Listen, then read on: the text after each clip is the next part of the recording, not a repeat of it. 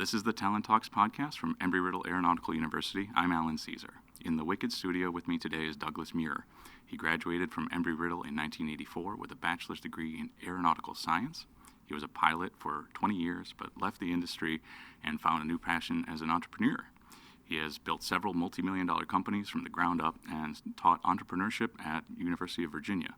He's currently CEO of Muir & Associates, an operations management and private equity firm. He has his MBA and is pursuing a doctorate in business administration. Douglas, thank you very much for coming to campus. It's fantastic to be here, Alex. What brings you here today? So I had the pleasure of getting a phone call, the first one in 35 years, from Donald, who works at Embry-Riddle in kind of the alumni relations, if you will, and he was going to be up in New York City. So I invited him out for lunch on Wall Street, and when I met with him and learned about what you were doing here at my university, as I like to call it, it literally blew my mind. And so he invited me down, and we literally got on our cell phones and scheduled a trip, probably about 2 weeks. And so yesterday I came to the university for about 12 hours, and just I can't tell you how excited I am about what you all are doing here. So the engineering school was interested in my analytics type of style and business. And so I created an entrepreneurship program, but they had to send me back for my MBA. So I got my MBA and I went and I started teaching.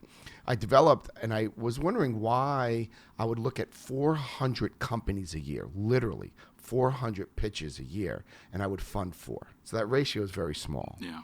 And what I was learning is that the pitches were bad. They weren't explaining. They were too long. There was too much text. There wasn't enough depth. So I created a class called Presentation Strategies for Entrepreneurs. Mm-hmm. And it's kind of like 3 sections. They'd come in and I'd show them how to come up with an idea. Now, these are engineers. And you can imagine the ideas that these guys came up with, and girls. It was awesome. And then from the idea, I would use this thing called a business model canvas, which I'm considered an expert in, on how to start a company by using an iterative type of flow, like a changing. My class was the only class that if you got it wrong, you got extra credit, right? Because you want to fail, and you want to fail forward fast. Does that make sense? Yeah. So we go through the business model canvases, and there's 9 boxes. So they would pitch the first box. And then they would pitch the first and second box. Then we would pitch the first, second, and third box. By the time they were done with 15 weeks, they had a full-fledged, thought-out company. And they've pitched almost 15 times as me as their Shark Tank professor concept. Something good always comes out of something bad. So I'm speaking with an attorney friend of mine, Robert Peters, out of Jacksonville, Florida. He's a great guy. And I said, Robert, what's the biggest problem you're having? He goes, I got too much business. He was a bankruptcy attorney, right? 2008, 2010, he's slammed. What's the first question? And I don't know why I asked him this question. I said, what's the first question that people ask you when they come in? He says, what's going to happen to my credit score? I said, how would you like to give him an answer? And he goes, well, how would I do that? So I said, this is what we're going to do. You're going to charge $1,500 for bankruptcy. What do you do after that? He says, that's it. I said, how would you like to take that $1,500 and times it by 3? He's like, how are you going to do that? So I said, you get the bankruptcy. Now their credit's shot. You get another $1,500 for using my software to clean up their credit. Then what's going to happen is the credit bureaus are going to mess up. The credit bureaus always mess up.